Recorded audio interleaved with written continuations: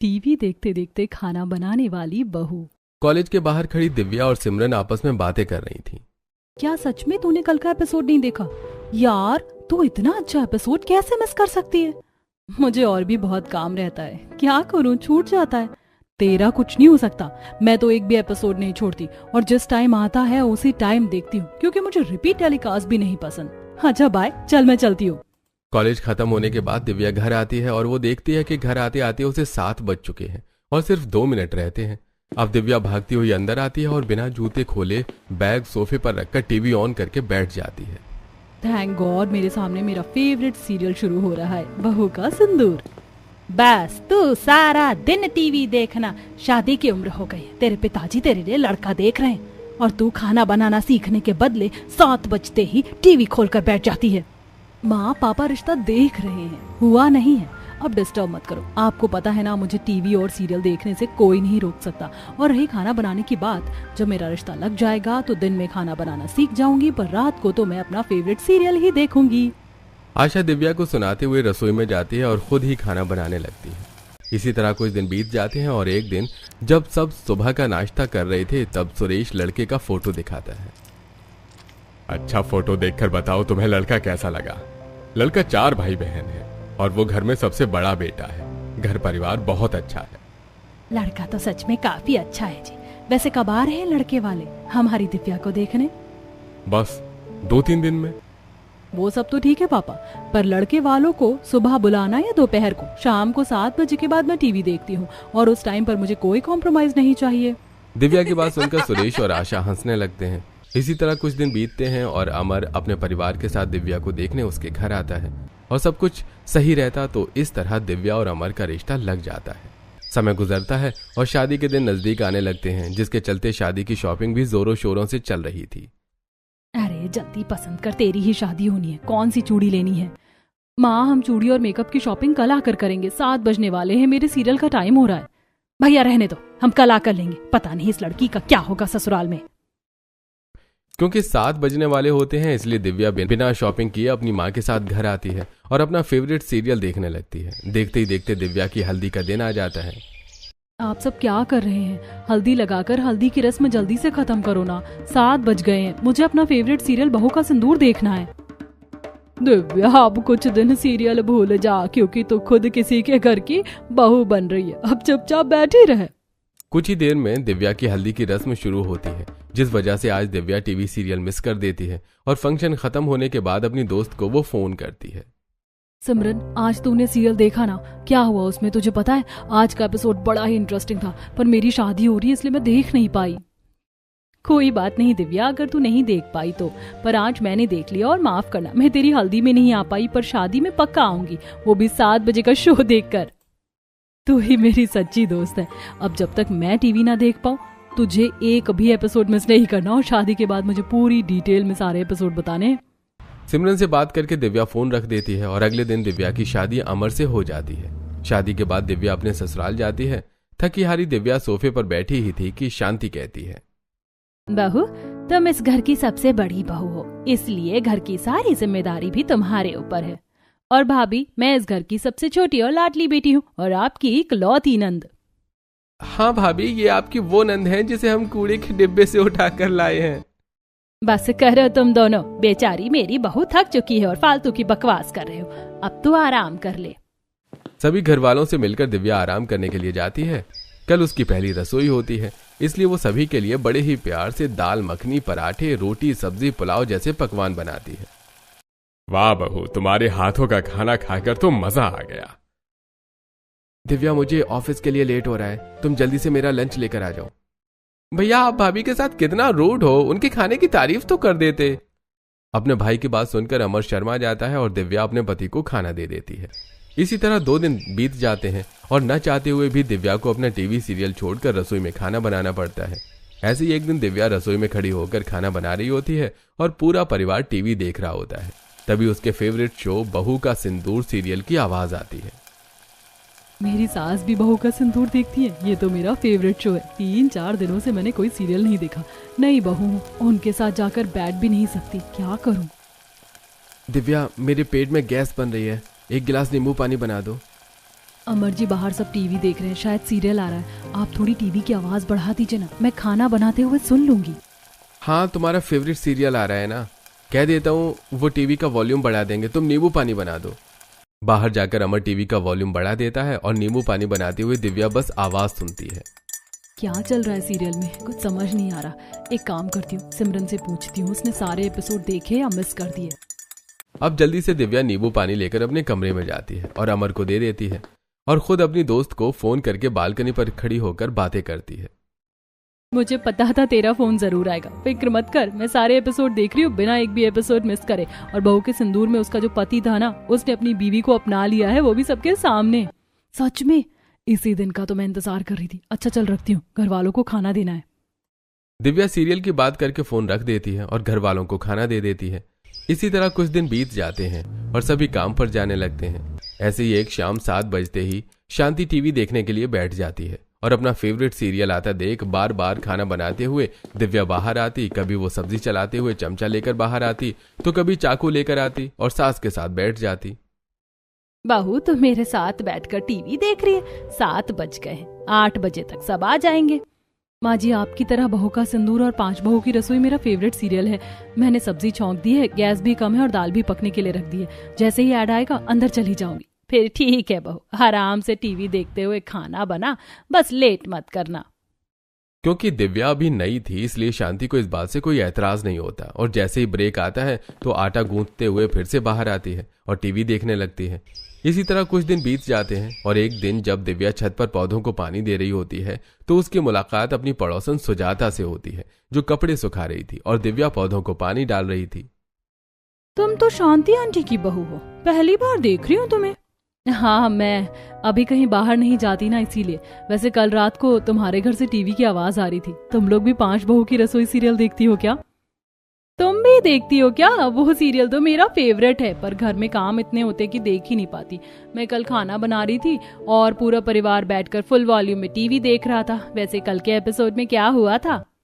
इस तरह दिव्या को ससुराल में एक सीरियल गॉसिप सहेली मिल जाती है जिससे वो सीरियल के हर एपिसोड को डिस्कस करती है। इसी तरह एक हफ्ता बीत जाता है और घर में कोई नहीं होता। 7 बजने वाले होते हैं और इसीलिए दिव्या जल्दी से गैस पर दूध और चाय रखकर सोफे वाले हॉल में हाथ में रिमोट लिए टीवी चलाकर बैठ जाती है और अपना फेवरेट सीरियल देखने लगती है। मेरा हमेशा फेवरेट रहेगा ये शो। कहानी में क्या ट्विस्ट आ रहा है? ये सीरियल का हीरो है, पहले मार खाएगा और फिर मारेगा। दिव्या टीवी देखने में इतनी खो जाती है कि वो भूल जाती है कि उसने रसोई में दूध और चाय रखी है। अब जैसे ही शांति घर आती है अपनी सास को देखकर उसे दूध का याद आता है और वो भागती हुई रसोई में जाती है और फैले हुए दूध और चाय को साफ करने लगती है। सीरियल के चक्कर में मैं तो भूल ही गई थी कि मैंने दूध और चाय भी रखी है। अगर माँ जी ना आती तो मुझे याद भी नहीं था। माँ जी देखे उससे पहले साफ कर देती हूँ। दिव्या अब जल्दी जल्दी गिरा हुआ दूध साफ करती है और चाय लेकर हॉल में आती है जहाँ शांति टीवी देख रही थी। अपनी सास को टीवी देखता देख वो सब्जी लेकर बाहर ही बैठ जाती है और टीवी देखते हुए आराम से सब्जी काटती है। बहू टीवी देखते हुए अगर इतनी धीरे धीरे सब्जी काटेगी तो घर वालों को खाना कब देगी? वो माँ जी कोई बात नहीं, आज सब लेट आएंगे और काजल भी पार्टी में गई है तो वो शायद ना भी खाए, तो तू आराम से टीवी देखकर खाना बना लेना। अब आराम से दिव्या अपने सास के साथ टीवी देखती है और टीवी देखने के बाद रसोई में जाकर खाना बनाती है। समय गुजरता है और दिव्या अपने असली रूप में आने लगती है। ऐसे ही एक शाम शांति और दिव्या बाजार जाते हैं। भैया मैं कब से खड़ी हूँ, पहले मेरे 3 किलो आलू कर दो। माँ जी आलू रहने देते हैं ना, घर में आलू रखे हुए। 7 बजने वाले, हम दोनों का फेवरेट शो आने वाला है। बहू बाजार आई हूँ तो सब्जी लेकर ही जाऊंगी ना, टीवी ना छूट जाए इसके लिए सब्जी थोड़ी ना छोड़ूंगी। इनको कौन समझाए, मैं रोज शो के टाइम पर ही शो देखती हूँ। मुझे बाद में देखना या रिपीट टेलीकास्ट पसंद नहीं। अब शांति सब्जी लेकर घर आती है और देखते हैं कि उसका पूरा परिवार घर आ चुका है। 8 बजने वाले हैं, माँ जी की वजह से मेरे दोनों शो छूट गए। अरे भगवान, पूरा बाजार खरीद कर लेगा आई हो क्या? हम 6:30 बजे से घर आकर बैठे हैं और तुम सास बहू लापता हो। भूख के मारे पेट में चूहे कूद रहे हैं। माँ भाभी, आप दोनों को खाना बनाने में 1 से 2 घंटा लगेगा। मुझसे भूख बर्दाश्त नहीं हो रही है, हम पूरे दिन नहीं खाते हैं। आज कहीं बाहर चलते हैं खाने के लिए। बाजार जाने की वजह से खाना बनाने में लेट हो चुका था, इसलिए पूरा परिवार बाहर डिनर करने जाता है। क्या हुआ दिव्या, जब से तुम बाजार से आई हो पता नहीं कौन सी गहरी सोच में डूबी हो, खाना क्यों नहीं खा रही हो? नहीं नहीं, मुझे क्या होगा? अब कैसे बोलूं तुमसे? तुम्हारी माँ की वजह से मेरा फेवरेट सीरियल छूट गया। मैं एक एपिसोड नहीं छोड़ती और यहाँ मेरे 2-2 सीरियल छूट गए। कुछ ही देर में पूरा परिवार बाहर से डिनर करके घर आता है और अगली सुबह दिव्या बालकनी पर खड़ी होकर चाय पी रही होती है और जैसे ही उसकी पड़ोसन बालकनी पर आती है वो कल के एपिसोड के बारे में उससे बातें करती है। सुजाता, तुमने कल का एपिसोड देखा था क्या? कल तो मैं माँ जी के साथ बाजार चली गई और कल का एपिसोड मिस हो गया। अरे यार दिव्या, तुमने अच्छा एपिसोड मिस कर दिया। कल का क्या एपिसोड था तुम्हें पता है? संडे को बहू का सिंदूर और 5 बहू की रसोई का महासंगम है 6 से 8 बजे तक। संडे को महासंगम है, वो भी 6 से 8 बजे। बढ़िया है, मैं जरूर देखूंगी। सुजाता से बात करके दिव्या को काफी अच्छा लगता है और वो संडे का इंतजार करती है और संडे वाले दिन टीवी चलाकर बैठ जाती है। 6 से 7:30 हो जाते हैं पर दिव्या खाना बनाने के लिए नहीं उठती, जिस वजह से अब सभी घर वाले दिव्या पर नाराज होते हैं। बहू, आज हमें खाना मिलेगा या नहीं? 8 बजने वाले हैं और तुम टीवी देख रही हो। पापा जी, महासंगम आ रहा है और शाम को चाय पकौड़ी खिलाई तो थी मैंने सबको और सीरियल बस 10 मिनट में खत्म होने वाला, फिर बनाती हूँ ना कुछ। भाभी, आप घर में रहती हो, आपको भूख नहीं लगती, पर हम लोग रोज बाहर जाते हैं और हमें 8 बजे खाने की आदत है। बहू, अगर तुमसे खाना नहीं बनता तो कह दो। शांति, आजकल की बहू 1 नंबर की कामचोर होती है। बहू के भरोसे रहोगी तो हम सब भूखे रह जाएंगे। तुम ही जाकर कुछ बना लो और अगर तुमसे भी नहीं बनता तो कह दो मुझे। विनोद की डांट सुनकर दिव्या आंखों में आंसू लेकर रसोई में जाती है और खाना बनाने लगती है। शांति भी आटा गूंथती तो वहीं दिव्या सब्जी काटती है। बहू, अपने ससुर की बातों को दिल पर मत लो, वो थोड़े सख्त मिजाज के हैं। अगर समय पर खाना नहीं मिलता है तो नाराज हो जाते हैं। और तुमने पूरा शो तो देख ही लिया, बस एक सीन ही तो छूटा है, दिन में देख लेना। अपनी सास के साथ खाना बनाकर सभी को खिलाकर दिव्या अपने कमरे में जाती है और लेटकर चुपचाप रो रही होती है। उसकी सिसकियों की आवाज सुनकर अमर उससे कहता है, क्या हुआ दिव्या, तुम रो क्यों रही हो? आज तक टीवी देखने के लिए मेरे पापा ने मुझे कभी नहीं डांटा और यहाँ पापा जी ने इतनी बुरी तरीके से सबके सामने मुझे डांटा। मैं बहू हूँ ना, इसीलिए।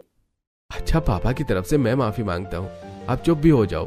तुम्हारे आंखों में आंसू अच्छे नहीं लग रहे हैं। और रही सीरियल देखने की बात, वो तो तुम अपने फोन में भी देख सकती हो। खाना बनाते हुए आराम से देखना।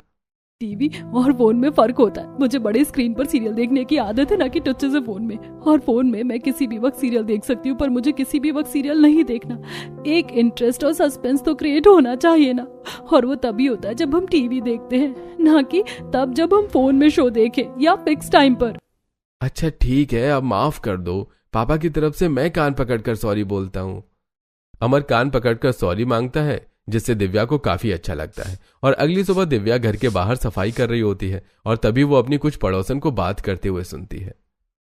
अरे बहन, कल तो मजा ही आ गया। इसे कहते हैं महासंगम। उसकी ननद और सास बड़ी खराब है। आखिरकार पति के सामने उसकी सच्चाई तो खुली। क्या उसकी सास और नंद की सच्चाई उसके पति को पता चल गई? अरे बहन, कल तो सच में काफी अच्छा एपिसोड आ रहा था, पर मैं लास्ट सीन ही नहीं देख पाई। बुढ़िया खुद तो टीवी सीरियल देख लेती है और अपनी पड़ोसन से बात भी कर लेती है, पर यही जब मैं टीवी देखती हूँ तो सभी को आग लग जाती है। काम करके दिव्या अंदर जाती है और कुछ देर बाद दिव्या अपनी सास को रिपीट टेलीकास्ट देखते हुए देखती है। भला रिपीट टेलीकास्ट कौन देखता है? टीवी सीरियल देखने में तो तभी मजा आता है जब वो अपने समय पर शुरू हो। दिव्या मुंह बनाकर अपने कमरे में चली जाती है और शाम को 7 बजे से पहले खाना बनने के लिए गैस पर रख देती है और सीरियल शुरू होते ही अपने सास के साथ बैठकर टीवी देखने लगती है। बहू, खाना तो रख दिया ना तूने? और गैस तो कम है ना? हाँ माँ जी, खाना रख दिया है मैंने, गैस भी कम की है। आज दाल चावल बना रही हूँ। कुकर में बार बार देखने का झंझट भी खत्म। अब टीवी देखते हैं। दिव्या और शांति टीवी देखने में इतनी खो जाती हैं कि खाना जलने की बदबू उन्हें आती ही नहीं और करिश्मा घर में सूंघते हुए आती है। माँ, भाभी, आपको कुछ जलने की बदबू नहीं आ रही है? हाय राम, मेरा खाना! टीवी देखने के चक्कर में दिव्या से पूरा खाना जल जाता है और एक एक करके सभी घर आ जाते हैं। और आज भी समय पर खाना न देखकर सब दिव्या पर नाराज होते हैं। सोचा था भाभी आएंगे तो समय पर खाने को मिलेगा, अच्छे अच्छे पकवान खाऊंगा, पर यहाँ तो घर आकर भी भूख से तड़पना पड़ता है। अरे ये सारी फसाद की जड़ टीवी है। लगता है इस घर से टीवी हटाना ही पड़ेगा। सबको नाराज होता देखकर दिव्या डर जाती है और रसोई में जाकर सबके लिए खिचड़ी बनाती है, जिसे खाकर सब मुंह बनाकर सोने के लिए चले जाते हैं। इसी तरह कुछ दिन बीत जाते हैं और एक सुबह जब दिव्या सोकर उठती है तो बुखार से तड़प रही होती है, तो अमर उसे छूकर देखता है। दिव्या, तुम्हें तो बहुत तेज बुखार है और तुम्हारे शरीर पर ये लाल लाल दाने कैसे? तुम मेरे साथ अभी डॉक्टर के पास चलो, मैं आज छुट्टी कर रहा हूं। मेरी चलने की हिम्मत नहीं हो रही है, पूरा शरीर दुख रहा है और उल्टियां भी हो रही हैं। अमर जबरदस्ती दिव्या को अस्पताल ले जाता है और तेज बुखार और शरीर पर लाल दाने देखकर और उसके लक्षण देखकर डॉक्टर खून टेस्ट करता है और पता चलता है कि दिव्या को डेंगू है, जिस वजह से उसे ग्लूकोज चढ़ाया जाता है। और अस्पताल में बेड पर लेटे हुए दिव्या को अपने टीवी सीरियल की याद आती है। बहू, मैं तेरे लिए नारियल पानी और खिचड़ी बनाकर लाई हूँ, खा ले। माँ जी 7-10 हो गए, सीरियल शुरू हो गया होगा। हॉस्पिटल में तो एक टीवी भी नहीं है, 2 दिनों से अस्पताल में पड़ी हूँ, टीवी भी नहीं देखा। भाभी आपका कुछ नहीं हो सकता, हॉस्पिटल में बीमार पड़ी हो फिर भी आपको टीवी की पड़ी है। दिव्या की बातों से पूरा परिवार परेशान हो जाता है।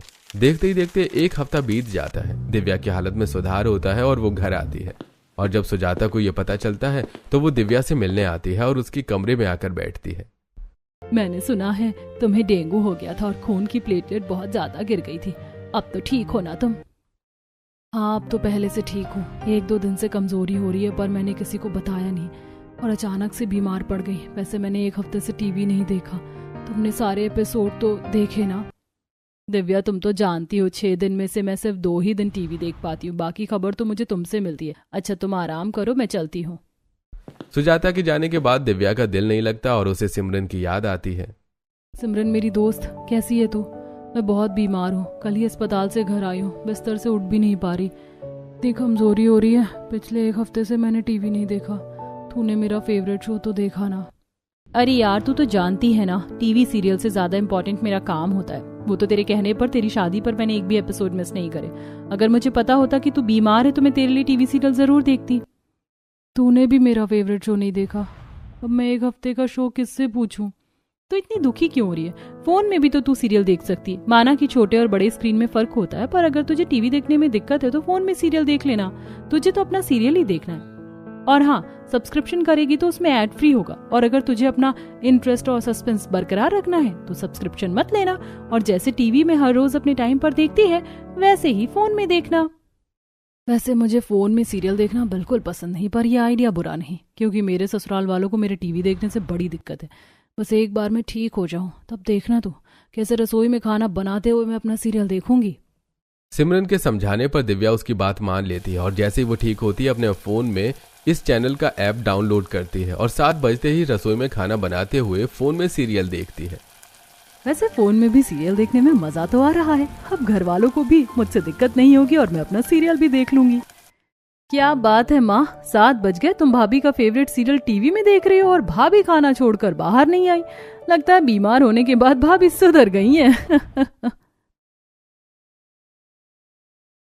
सही कहा करिश्मा तूने, मैं तो भगवान को मिठाई चढ़ाऊंगा, हमारी बहू सुधरी तो सही।